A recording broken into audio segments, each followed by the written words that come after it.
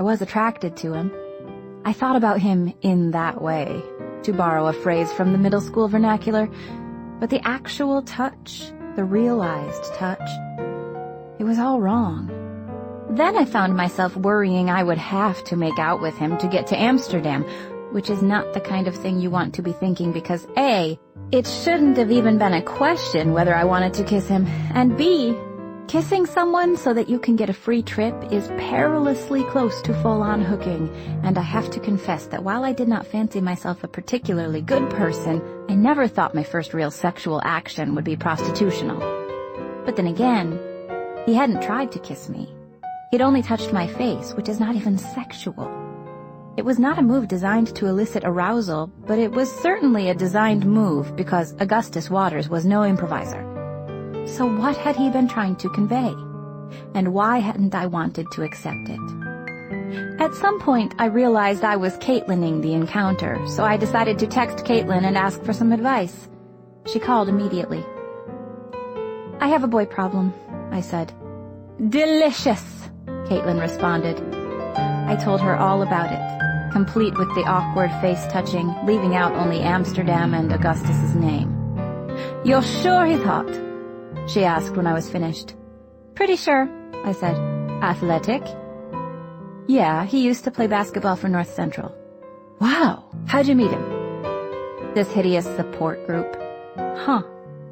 Caitlin said, "Out of curiosity, how many legs does this guy have?" "Like 1.4, I said, smiling. Basketball players were famous in Indiana, and although Caitlin didn't go to North Central, her social connectivity was endless. "Augustus Waters," she said. Maybe?" "Oh my God. I've seen him at parties. The things I would do to that boy. I mean, not now that I know you're interested in him, but oh, sweet holy Lord, I would ride that one-legged pony all the way around the corral." "Caitlin," I said. "Sorry, do you think you'd have to be on top?" "Caitlin," I said. "What were we talking about?" "Right. You and Augustus Waters. Maybe... Are you gay?" "I don't think so. I mean, I definitely like him." "Does he have ugly hands? Sometimes beautiful people have ugly hands."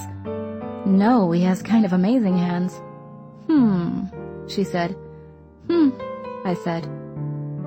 After a second, Caitlin said, "Remember Derek? He broke up with me last week because he'd decided there was something fundamentally incompatible about us deep down, and that we'd only get hurt more if we played it out. He called it preemptive dumping. So maybe you have this premonition that there is something fundamentally incompatible and you're preempting the preemption." I said. "I'm just thinking out loud here." "Sorry about Derek." "Oh, I got over it, darling. It took me a sleeve of Girl Scout Thin Mints and 40 minutes to get over that boy." I laughed. "Well, thanks, Caitlin. In the event you do hook up with him, I expect lascivious details." "But of course," I said. And then Caitlin made a kissy sound into the phone, and I said, "Bye," and she hung up. I realized while listening to Caitlin that I didn't have a premonition of hurting him. I had a postmonition. I pulled out my laptop and looked up Caroline Mathers. The physical similarities were striking. Same steroidally round face, same nose, same approximate overall body shape. But her eyes were dark brown, mine are green, and her complexion was much darker, Italian or something. Thousands of people, literally thousands, had left condolence messages for her. It was an endless scroll of people who missed her, so many that it took me an hour of clicking to get past the "I'm sorry you're dead" wall posts to the "I'm praying for you" wall posts. She'd died a year ago of brain cancer. I was able to click through to some of her pictures. Augustus was in a bunch of the earlier ones, pointing with a thumbs up to the jagged scar across her bald skull, arm in arm at Memorial Hospital's playground, with their backs facing the camera, kissing while Caroline held the camera out so you could only see their noses and closed eyes. The most recent pictures were all of her before, when she was healthy, uploaded post-mortem by friends. A beautiful girl, wide-hipped and curvy, with long, straight, dead black hair falling over her face. My healthy self looked very little like her healthy self. but our cancer selves might have been sisters. No wonder he'd stared at me the first time he saw me. I kept clicking back to this one wall post, written 2 months ago, 9 months after she died, by one of her friends. We all miss you so much. It just never ends. It feels like we were all wounded in your battle, Caroline. I miss you. I love you.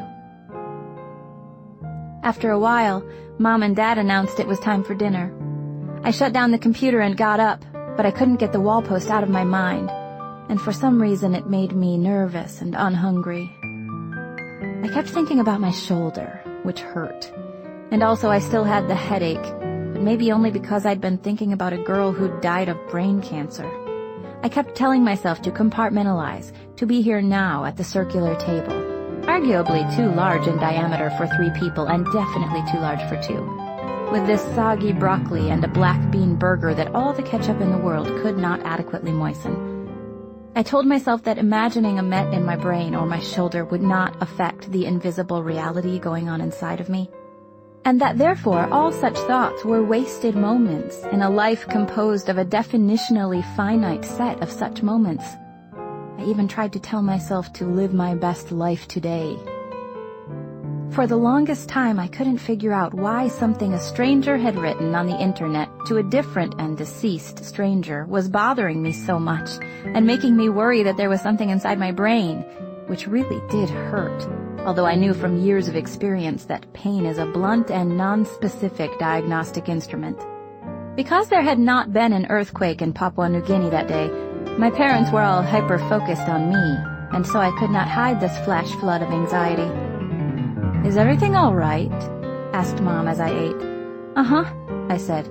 I took a bite of burger, swallowed, tried to say something that a normal person whose brain was not drowning in panic would say. "Is there broccoli in these burgers?"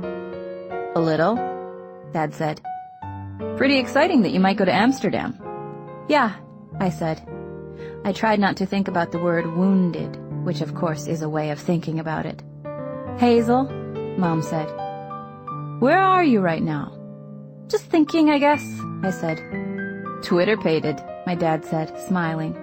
"I am not a bunny, and I am not in love with Gus Waters or anyone," I answered, way too defensively. Wounded. Like Caroline Mathers had been a bomb, and when she blew up, everyone around her was left with embedded shrapnel. Dad asked me if I was working on anything for school. "I've got some very advanced algebra homework," I told him. So advanced that I couldn't possibly explain it to a layperson. "And how's your friend Isaac?" "Blind," I said. "You're being very teenagery today," Mom said. She seemed annoyed about it. "Isn't this what you wanted, Mom? For me to be teenagery?" "Well, not necessarily this kind of teenagery, but of course your father and I are excited to see you become a young woman, making friends, going on dates." "I'm not going on dates," I said. "I don't want to go on dates with anyone. It's a terrible idea and a huge waste of time and—" "Honey," my mom said. "What's wrong?" I'm like a grenade, Mom. I'm a grenade, and at some point I'm going to blow up, and I would like to minimize the casualties, okay?" My dad tilted his head a little to the side, like a scolded puppy. "I'm a grenade," I said again.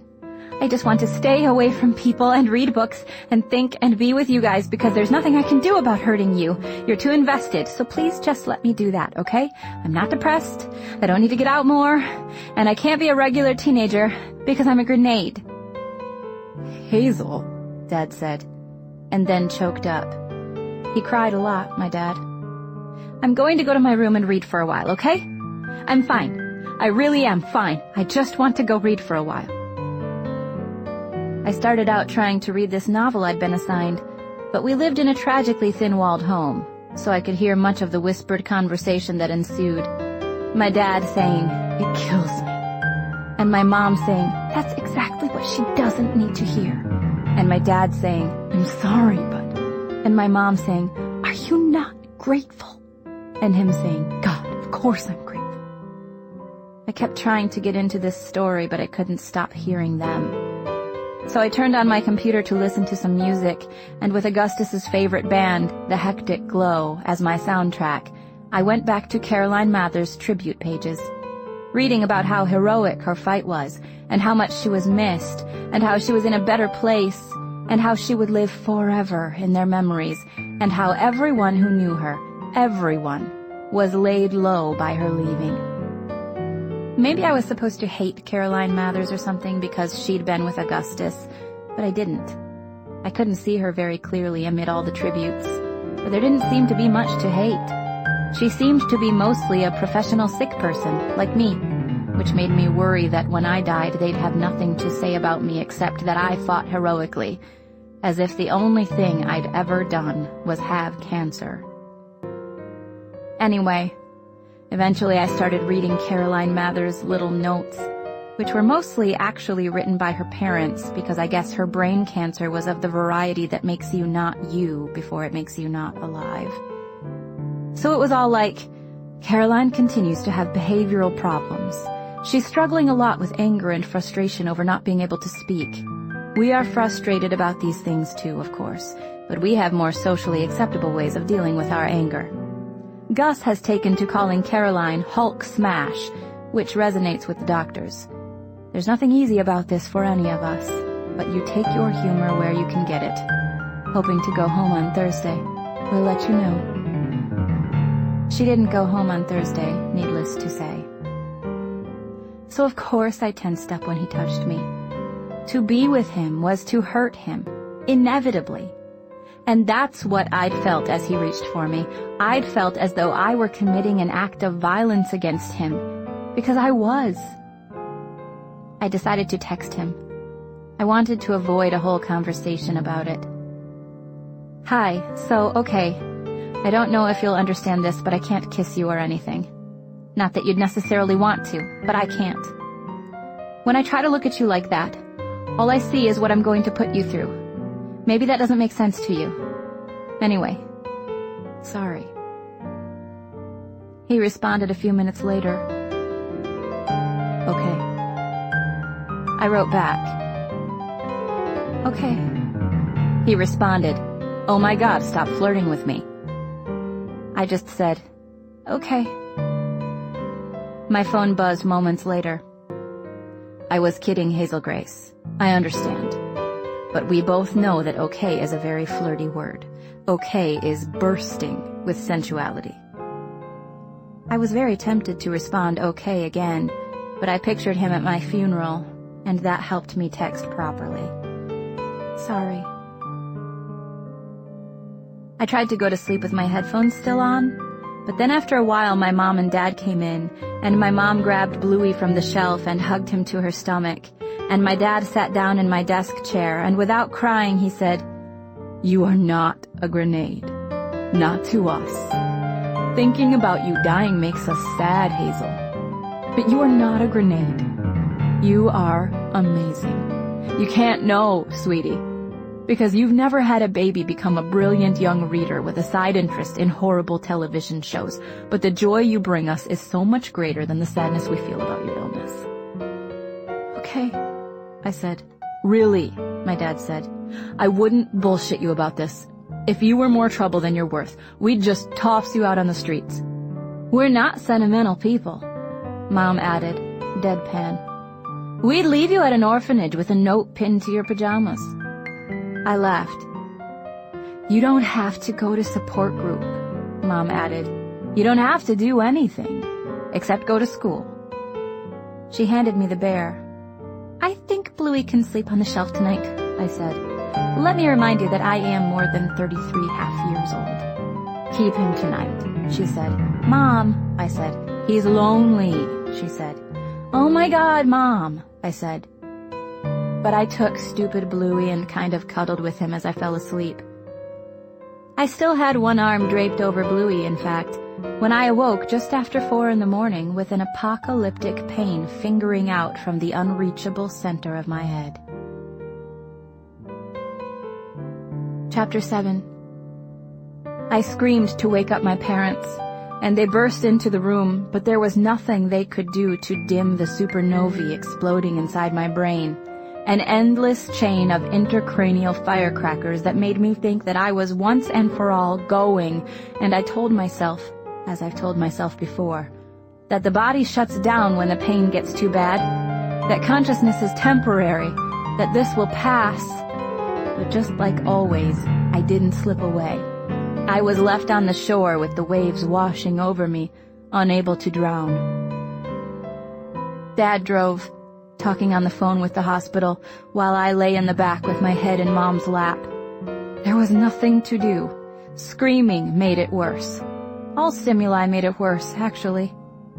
The only solution was to try to unmake the world, to make it black and silent and uninhabited again, to return to the moment before the Big Bang, in the beginning when there was the Word, and to live in that vacuous, uncreated space alone with the Word.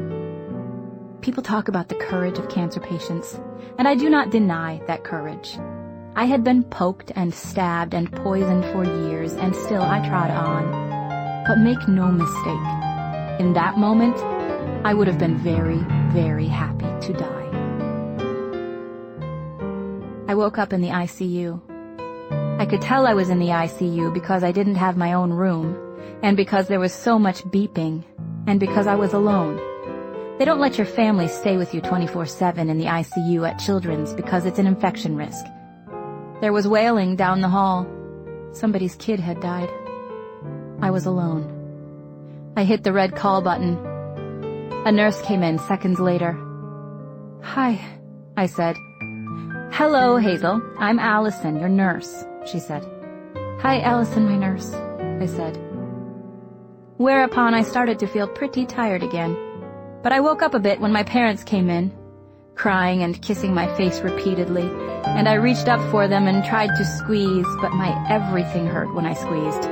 And Mom and Dad told me that I did not have a brain tumor, but that my headache was caused by poor oxygenation, which was caused by my lungs swimming in fluid, 1.5 liters of which had been successfully drained from my chest, which was why I might feel a slight discomfort in my side where there was, hey, look at that, a tube that went from my chest into a plastic bladder half full of liquid that for all the world resembled my dad's favorite amber ale. Mom told me I was going to go home, that I really was, that I would just have to get this drained every now and again and get back on the BiPAP, this nighttime machine that forces air in and out of my crap lungs. But I'd had a total body PET scan on the first night in the hospital, they told me, and the news was good. No tumor growth, no new tumors. My shoulder pain had been lack of oxygen pain, heart working too hard pain. Dr. Maria said this morning that she remains optimistic, Dad said. I liked Dr. Maria, and she didn't bullshit you, so that felt good to hear. This is just a thing, Hazel, my mom said. It's a thing we can live with. I nodded, and then Allison, my nurse, kind of politely made them leave. She asked me if I wanted some ice chips, and I nodded, and then she sat at the bed with me and spooned them into my mouth. So, you've been gone a couple days, Allison said. What did you miss? A celebrity did drugs. Politicians disagreed. A different celebrity wore a bikini that revealed a bodily imperfection. A team won a sporting event, but another team lost. I smiled. You can't go disappearing on everybody like this, Hazel. You miss too much. More? I asked, nodding toward the white styrofoam cup in her hand. I shouldn't, she said, but I'm a rebel. She gave me another plastic spoonful of crushed ice. I mumbled a thank you. Praise God for good nurses. Getting tired? She asked. I nodded. Sleep for a while, she said. I'll try to run interference and give you a couple hours before somebody comes in to check vitals and the like. I said thanks again. You say thanks a lot in a hospital. I tried to settle into the bed. You're not going to ask about your boyfriend? She asked.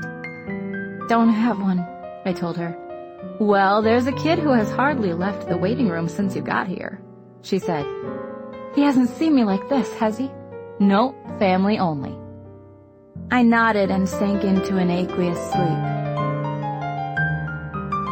It would take me 6 days to get home. 6 undays of staring at acoustic ceiling tile and watching television and sleeping and pain and wishing for time to pass. I did not see Augustus or anyone other than my parents.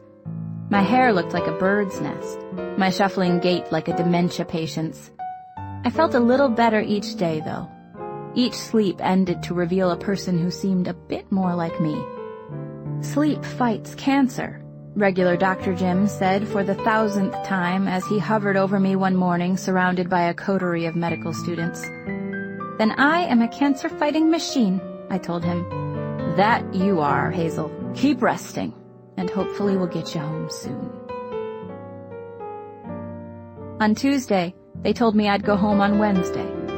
On Wednesday, 2 minimally supervised medical students removed my chest tube, which felt like getting stabbed in reverse and generally didn't go very well, so they decided I'd have to stay until Thursday. I was beginning to think that I was the subject of some existentialist experiment in permanently delayed gratification when Dr. Maria showed up on Friday morning, sniffed around me for a minute, and told me I was good to go. So Mom opened her oversized purse to reveal that she'd had my go-home clothes with her all along. A nurse came in and took out my IV. I felt untethered, even though I still had the oxygen tank to carry around with me. I went into the bathroom, took my first shower in a week, got dressed, and when I got out, I was so tired I had to lie down and get my breath. Mom asked, "Do you want to see Augustus?" "I guess," I said after a minute. I stood up and shuffled over to one of the molded plastic chairs against the wall, tucking my tank beneath the chair. It wore me out. Dad came back with Augustus a few minutes later. His hair was messy, sweeping down over his forehead. He lit up with a real Augustus Waters goofy smile when he saw me, and I couldn't help but smile back. He sat down in the blue faux leather recliner next to my chair. He leaned in toward me, seemingly incapable of stifling the smile. Mom and Dad left us alone, which felt awkward. I worked hard to meet his eyes, even though they were the kind of pretty that's hard to look at. "I missed you," Augustus said. My voice was smaller than I wanted it to be. "Thanks for not trying to see me when I looked like hell." "To be fair, you still look pretty bad." I laughed. "I missed you too. I just don't want you to see all this. I just want, like, it doesn't matter. You don't always get what you want." "Is that so?" he asked. "I'd always thought the world was a wish-granting factory." "Turns out that is not the case," I said. He was so beautiful. He reached for my hand, but I shook my head. "No," I said quietly. "If we're gonna hang out, it has to be, like, not that." "Okay," he said. "Well, I have good news and bad news on the wish-granting front." "Okay," I said. "The bad news is that we obviously can't go to Amsterdam until you're better. The genies will, however, work their famous magic when you're well enough." "That's the good news?" "No, the good news is that while you were sleeping, Peter Van Houten shared a bit more of his brilliant brain with us." He reached for my hand again, but this time to slip into it a heavily folded sheet of stationery on the letterhead of Peter Van Houten, Novelist Emeritus. I didn't read it until I got home, situated in my own huge and empty bed with no chance of medical interruption. It took me forever to decode Van Houten's sloped, scratchy script. "Dear Mr. Waters, I am in receipt of your electronic mail dated the 14th of April and duly impressed by the Shakespearean complexity of your tragedy. Everyone in this tale has a rock-solid hamartia. Hers, that she is so sick. Yours, that you are so well. Were she better or you sicker, then the stars would not be so terribly crossed, but it is the nature of stars to cross. And never was Shakespeare more wrong than when he had Cassius note, the fault, dear Brutus, is not in our stars, but in ourselves. Easy enough to say when you're a Roman nobleman, or Shakespeare, but there is no shortage of fault to be found amid our stars. While we're on the topic of old Will's insufficiencies, your writing about young Hazel reminds me of the Bard's 55th sonnet, which of course begins, "Not marble, nor the gilded monuments of princes shall outlive this powerful rhyme, but you shall shine more bright in these contents than unswept stone besmeared with sluttish time." off topic, but what a slut time is. She screws everybody. It's a fine poem, but a deceitful one. We do indeed remember Shakespeare's powerful rhyme, but what do we remember about the person it commemorates? Nothing. We're pretty sure he was male. Everything else is guesswork. Shakespeare told us precious little of the man whom he entombed in his linguistic sarcophagus. Witness also that when we talk about literature, we do so in the present tense. When we speak of the dead, we are not so kind. You do not immortalize the lost by writing about them. Language buries, but does not resurrect. Full disclosure, I am not the first to make this observation. Cf. the MacLeish poem, Not Marble nor the Gilded Monuments, which contains the heroic line, I shall say you will die and none will remember you. I digress, but here's the rub. The dead are visible only in the terrible lidless eye of memory. The living, thank heaven, retain the ability to surprise and to disappoint. Your Hazel is alive, Waters. And you mustn't impose your will upon another's decision, particularly a decision arrived at thoughtfully. She wishes to spare you pain, and you should let her. You may not find young Hazel's logic persuasive, but I have trod through this vale of tears longer than you, and from where I'm sitting, she's not the lunatic. Yours truly, Peter Van Houten. It was really written by him. I licked my finger and dabbed the paper, and the ink bled a little, so I knew it was really real. Mom, I said. I did not say it loudly, but I didn't have to. She was always waiting. She peeked her head around the door. You okay, sweetie? Can we call Dr. Maria and ask if international travel would kill me? Chapter 8. We had a big cancer team meeting a couple days later. Every so often, a bunch of doctors and social workers and physical therapists and whoever else got together around a big table in a conference room and discussed my situation. Not the Augustus Waters situation or the Amsterdam situation, the cancer situation. Dr. Maria led the meeting. She hugged me when I got there. She was a hugger. I felt a little better, I guess. Sleeping with the BiPAP all night made my lungs feel almost normal, although, then again, I did not really remember lung normality. Everyone got there and made a big show of turning off their pagers and everything, so it would be all about me. And then Dr. Maria said, So the great news is that phalanxophore continues to control your tumor growth, but obviously we're still seeing serious problems with fluid accumulation. So the question is, how should we proceed? And then she just looked at me, like she was waiting for an answer. I said, I feel like I am not the most qualified person in the room to answer that question. She smiled. Right, I was waiting for Dr. Simons. Dr. Simons? He was another cancer doctor of some kind. Well, we know from other patients that most tumors eventually evolve a way to grow in spite of phalanxophore, but if that were the case, we'd see tumor growth on the scans, which we don't see.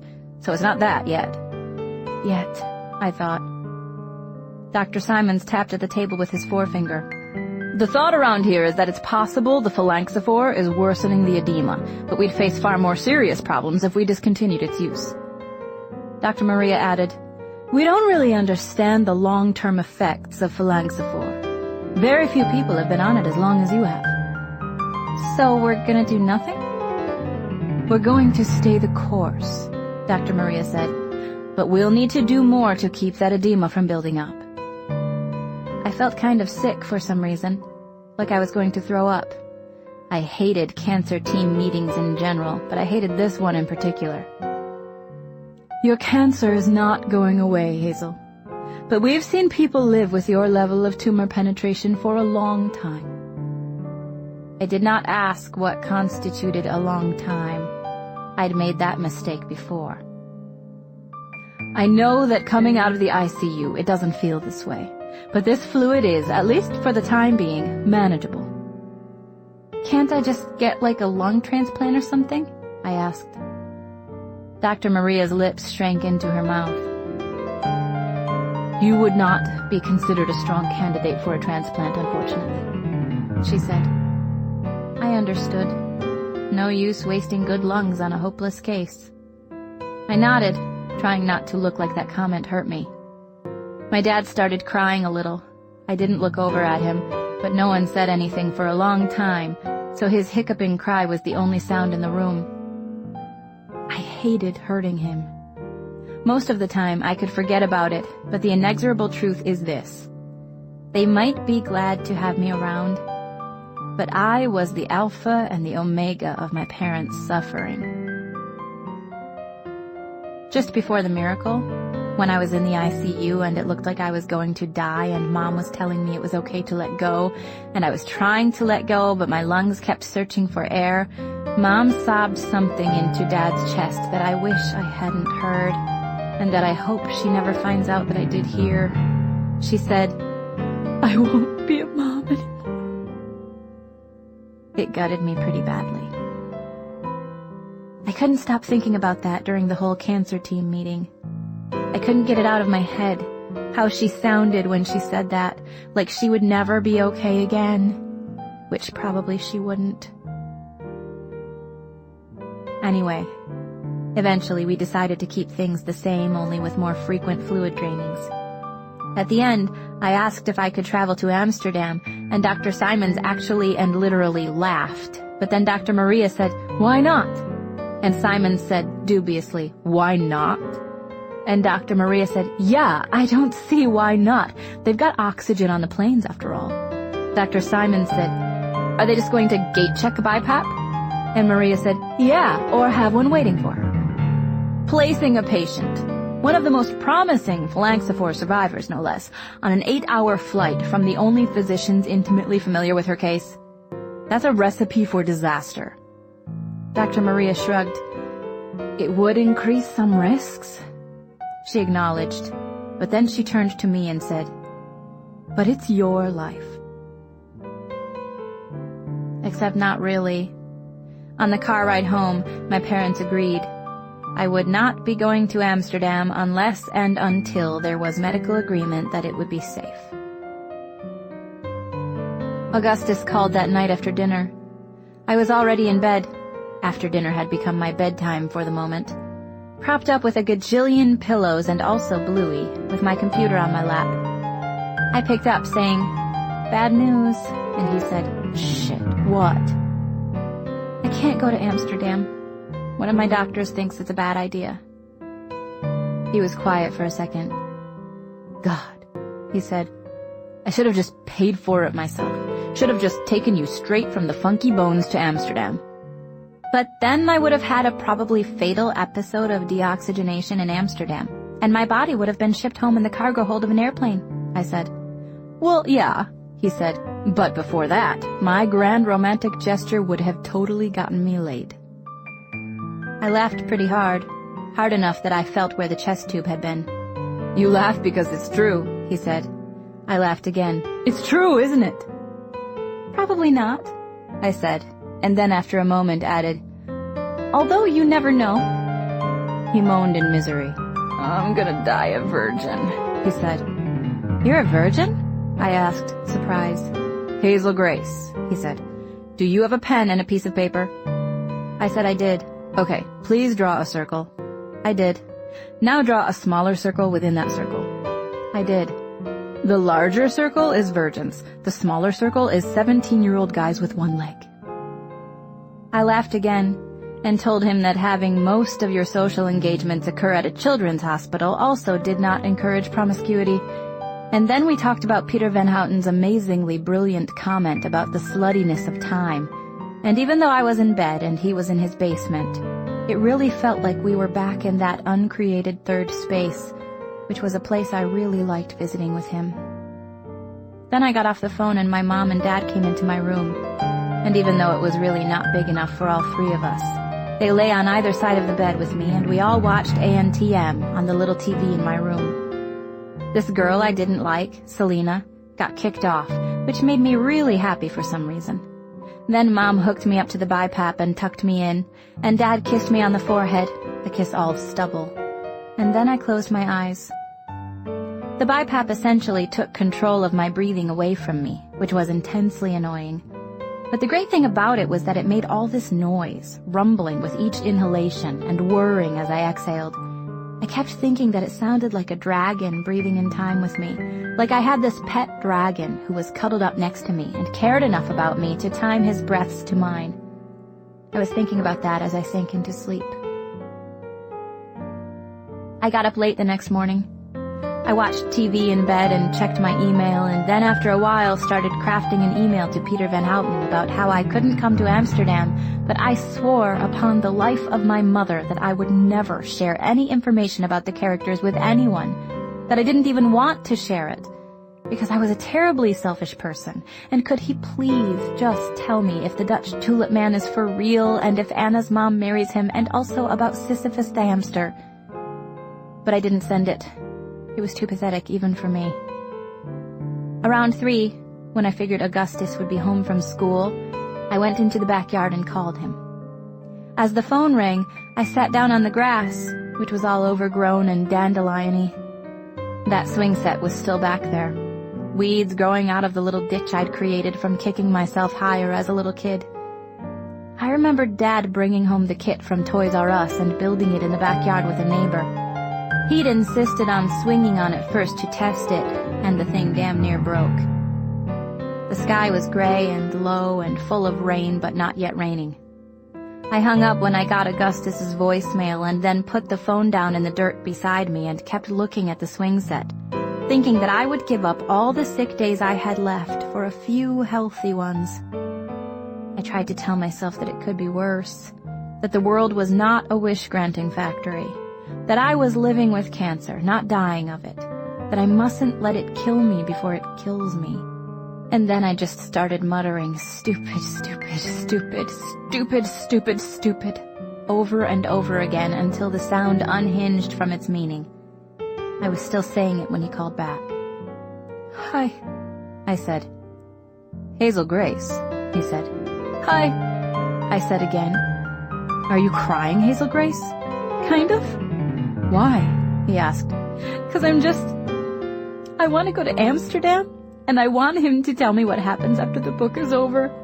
And I just don't want my particular life. And also the sky is depressing me, and there is this old swing set out here that my dad made for me when I was a kid." "I must see this old swing set of tears immediately," he said. "I'll be over in 20 minutes. I stayed in the backyard because Mom was always really smothery and concerned when I was crying, because I did not cry often. And I knew she'd want to talk and discuss whether I shouldn't consider adjusting my medication, and the thought of that whole conversation made me want to throw up.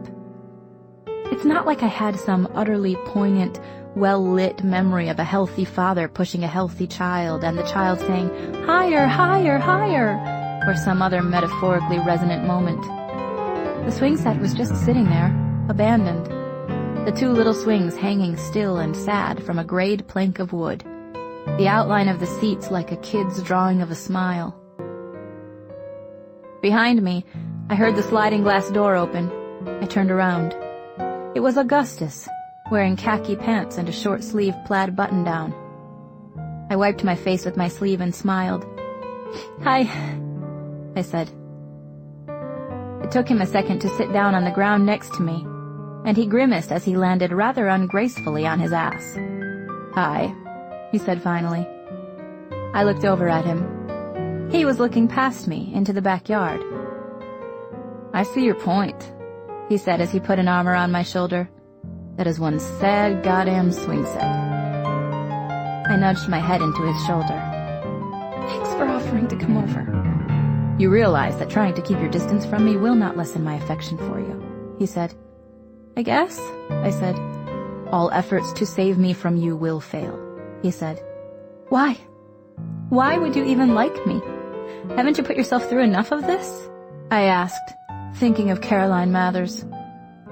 Gus didn't answer.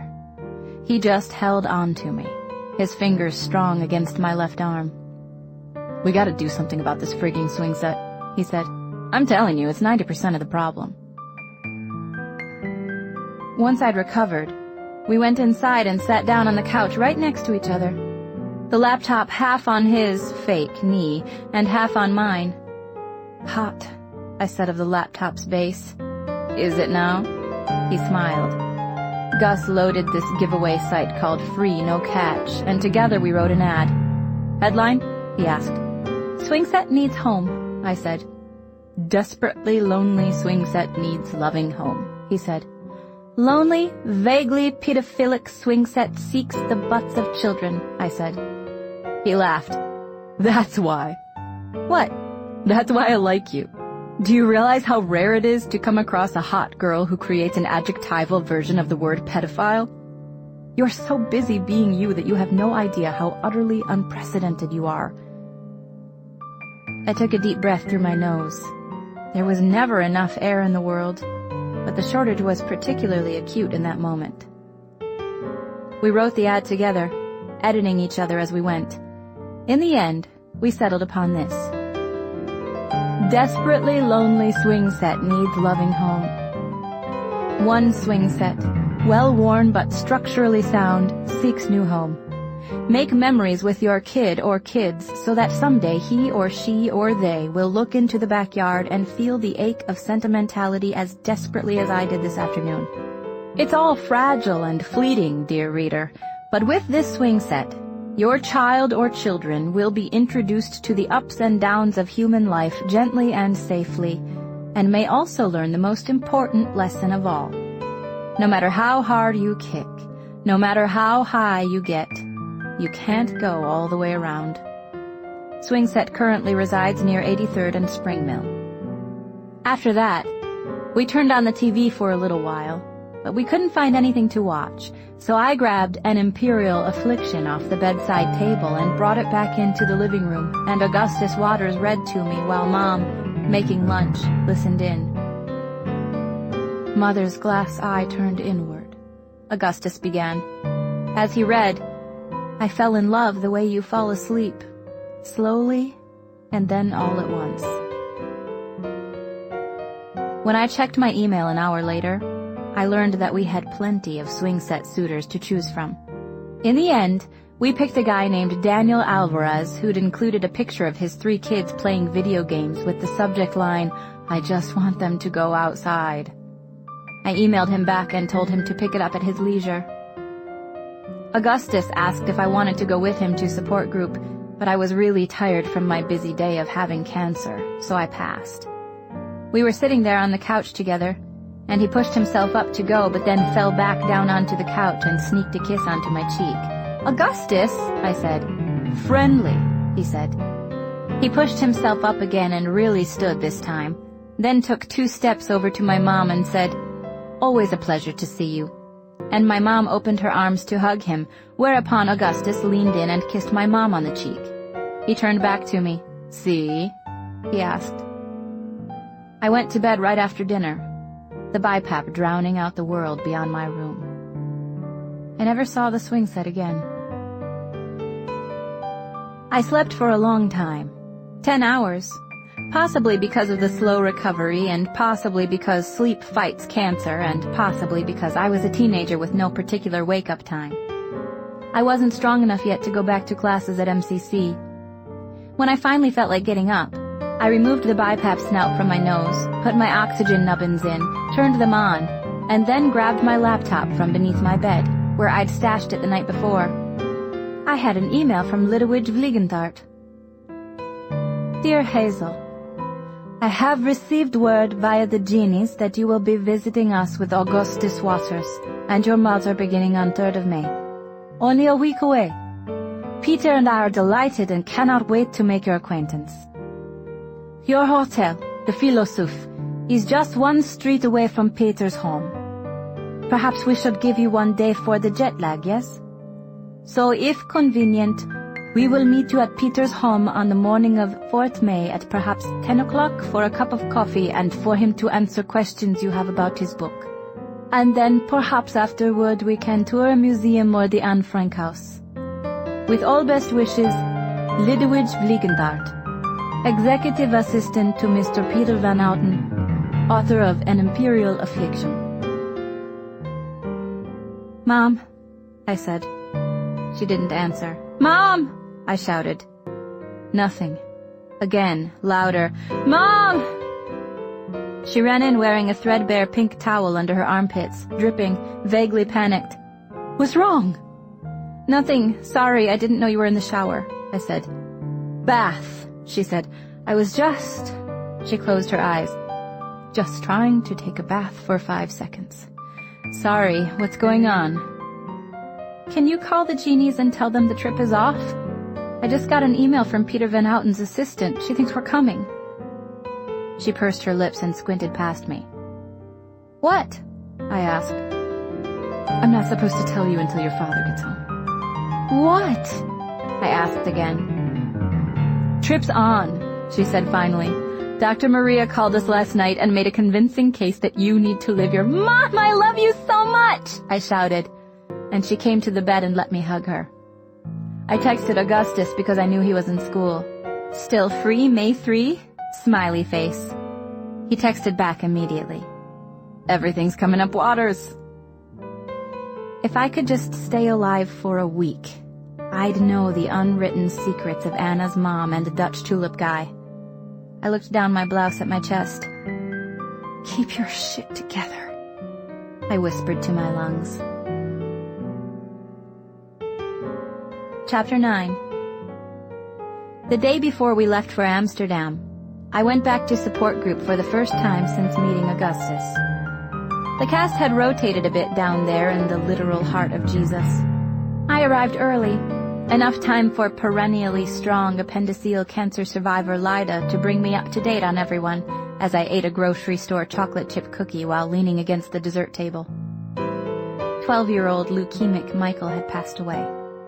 He'd fought hard, Lyda told me, as if there were another way to fight. Everyone else was still around.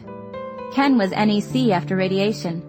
Lucas had relapsed, and she said it with a sad smile and a little shrug, the way you might say an alcoholic had relapsed. A cute, chubby girl walked over to the table and said hi to Lyda, then introduced herself to me as Susan. I didn't know what was wrong with her, but she had a scar extending from the side of her nose down her lip and across her cheek. She had put makeup over the scar, which only served to emphasize it. I was feeling a little out of breath from all the standing, so I said, "I'm gonna go sit." And then the elevator opened, revealing Isaac and his mom. He wore sunglasses and clung to his mom's arm with one hand, a cane in the other. "Support group Hazelnut Monica," I said when he got close enough, and he smiled and said, "Hey Hazel, how's it going?" "Good. I've gotten really hot since you went blind." "I bet," he said. His mom led him to a chair, kissed the top of his head, and shuffled back toward the elevator. He felt around beneath him and then sat. I sat down in the chair next to him. "So how's it going?" "Okay. Glad to be home, I guess. Gus told me you were in the ICU." "Yeah," I said. "Sucks," he said. "I'm a lot better now," I said. "I'm going to Amsterdam tomorrow with Gus." "I know. I'm pretty well up to date on your life because Gus never talks about anything else." I smiled. Patrick cleared his throat and said, "If we could all take a seat?" He caught my eye. "Hazel," he said, "I'm so glad to see you." Everyone sat and Patrick began his retelling of his balllessness, and I fell into the routine of support group, communicating through sighs with Isaac, feeling sorry for everyone in the room and also everyone outside of it, zoning out of the conversation to focus on my breathlessness and the aching. The world went on, as it does, without my full participation, and I only woke up from the reverie when someone said my name. It was Lyda the Strong, Lyda in remission, blonde, healthy, stout Lyda, who swam on her high school swim team, Lyda missing only her appendix, saying my name, saying, "Hazel is such an inspiration to me. She really is. She just keeps fighting the battle, waking up every morning and going to war without complaint. She's so strong. She's so much stronger than I am.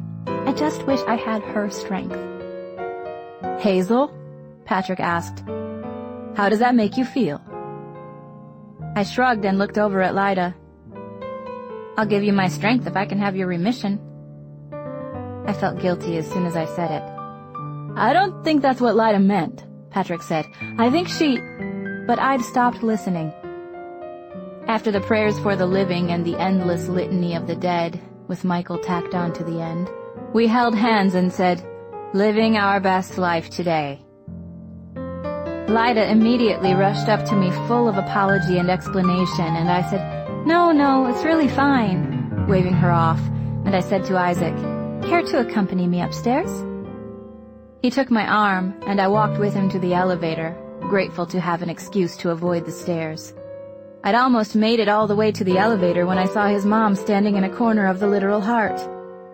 "I'm here," she said to Isaac, and he switched from my arm to hers before asking, "You want to come over?" "Sure," I said. I felt bad for him. Even though I hated the sympathy people felt toward me, I couldn't help but feel it toward him. Isaac lived in a small ranch house in Meridian Hills next to this fancy private school. We sat down in the living room while his mom went off to the kitchen to make dinner, and then he asked if I wanted to play a game. "Sure," I said. So he asked for the remote. I gave it to him, and he turned on the TV and then a computer attached to it. The TV screen stayed black, but after a few seconds a deep voice spoke from it. "Deception," the voice said. "1 player or 2? 2, Isaac said. "Pause." He turned to me. "I play this game with Gus all the time, but it's infuriating because he is a completely suicidal video game player. He's like way too aggressive about saving civilians and whatnot." "Yeah," I said, remembering the night of the broken trophies. "Unpause," Isaac said. "Player 1, identify yourself." "This is Player 1's sexy voice," Isaac said. "Player 2, identify yourself." "I would be Player 2, I guess," I said. "Staff Sergeant Max Mayhem and Private Jasper Jacks awake in a dark, empty room approximately 12 feet square." Isaac pointed toward the TV, like I should talk to it or something. I said. "Is there a light switch?" "No." "Is there a door?" "Private Jacks locates the door. It is locked." Isaac jumped in. "There's a key above the door frame." "Yes, there is." "Mayhem opens the door." "The darkness is still complete." "Take out knife," Isaac said. "Take out knife," I added. A kid, Isaac's brother I assume, darted out from the kitchen. He was maybe 10, wiry and over-energetic, and he kind of skipped across the living room before shouting in a really good imitation of Isaac's voice, "Kill myself!" Sergeant Mayhem places his knife to his neck. "Are you sure you—" "No," Isaac said. "Pause. Graham, don't make me kick your ass." Graham laughed giddily and skipped off down a hallway. As Mayhem and Jax, Isaac and I felt our way forward in the cavern until we bumped into a guy whom we stabbed after getting him to tell us that we were in a Ukrainian prison cave, more than a mile beneath the ground.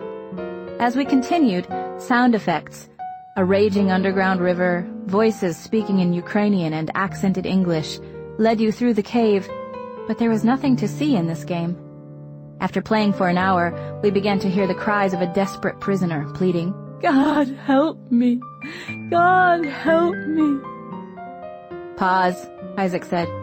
"This is when Gus always insists on finding the prisoner, even though that keeps you from winning the game, and the only way to actually free the prisoner is to win the game." "Yeah, he takes video games too seriously," I said. "He's a bit too enamored with metaphor." "Do you like him?" Isaac asked. "Of course I like him. He's great." "But you don't want to hook up with him?" I shrugged. "It's complicated." "I know what you're trying to do. You don't want to give him something he can't handle. You don't want him to Monica you," he said. "Kinda," I said. But it wasn't that. The truth was, I didn't want to Isaac him. "To be fair to Monica," I said, "what you did to her wasn't very nice either." "What did I do to her?" he asked, defensive. "You know, going blind and everything." "But that's not my fault," Isaac said. "I'm not saying it was your fault. I'm saying it wasn't nice." Chapter 10. We could only take one suitcase. I couldn't carry one, and Mom insisted that she couldn't carry two. so we had to jockey for space in this black suitcase my parents had gotten as a wedding present 1,000,000 years ago. A suitcase that was supposed to spend its life in exotic locales, but ended up mostly going back and forth to Dayton, where Morris Property Inc. had a satellite office that Dad often visited. I argued with Mom that I should have slightly more than half of the suitcase, since without me and my cancer, we'd never be going to Amsterdam in the first place.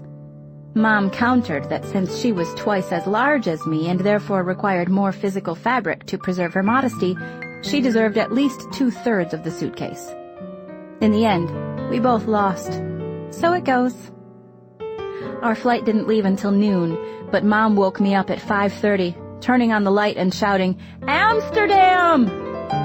She ran around all morning making sure we had international plug adapters and quadruple checking that we had the right number of oxygen tanks to get there and that they were all full, etc., while I just rolled out of bed, put on my travel to Amsterdam outfit, jeans, a pink tank top, and a black cardigan in case the plane was cold.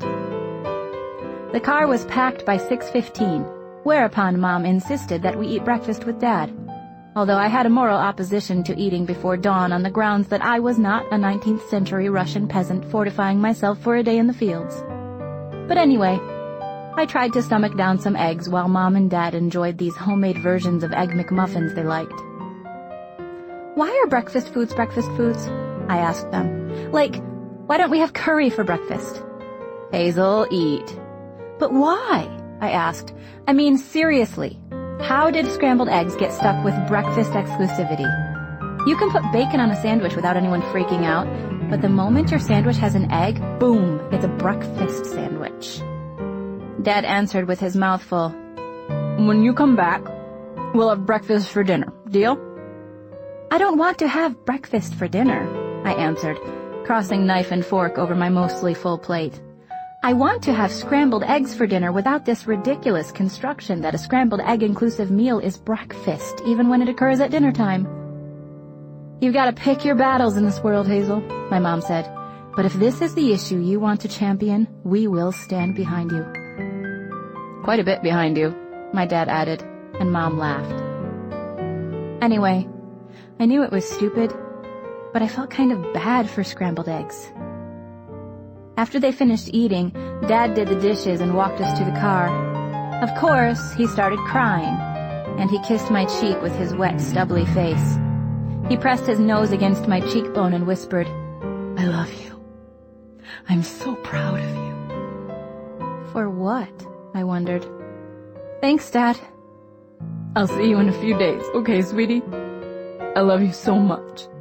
"I love you too, Dad." I smiled. "And it's only 3 days."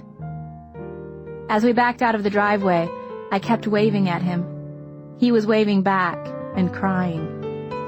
It occurred to me that he was probably thinking he might never see me again, which he probably thought every single morning of his entire weekday life as he left for work, which probably sucked. Mom and I drove over to Augustus's house, and when we got there, she wanted me to stay in the car to rest, but I went to the door with her anyway. As we approached the house, I could hear someone crying inside. I didn't think it was Gus at first, because it didn't sound anything like the low rumble of his speaking. But then I heard a voice that was definitely a twisted version of his say, "Because it is my life, Mom. It belongs to me." And quickly my mom put her arm around my shoulders and spun me back toward the car, walking quickly. And I was like, "Mom, what's wrong?" And she said, "We can't eavesdrop, Hazel." We got back into the car and I texted Augustus that we were outside whenever he was ready. We stared at the house for a while. The weird thing about houses is that they almost always look like nothing is happening inside of them, even though they contain most of our lives. I wondered if that was sort of the point of architecture. "Well," Mom said after a while, "we are pretty early, I guess." "Almost as if I didn't have to get up at 5:30, I said. Mom reached down to the console between us, grabbed her coffee mug, and took a sip. My phone buzzed. A text from Augustus. "Just can't decide what to wear. Do you like me better in a polo or a button-down?" I replied, "Button-down." 30 seconds later, the front door opened, and a smiling Augustus appeared, a roller bag behind him. He wore a pressed sky blue button-down tucked into his jeans. A Camel Light dangled from his lips. My mom got out to say hi to him. He took the cigarette out momentarily and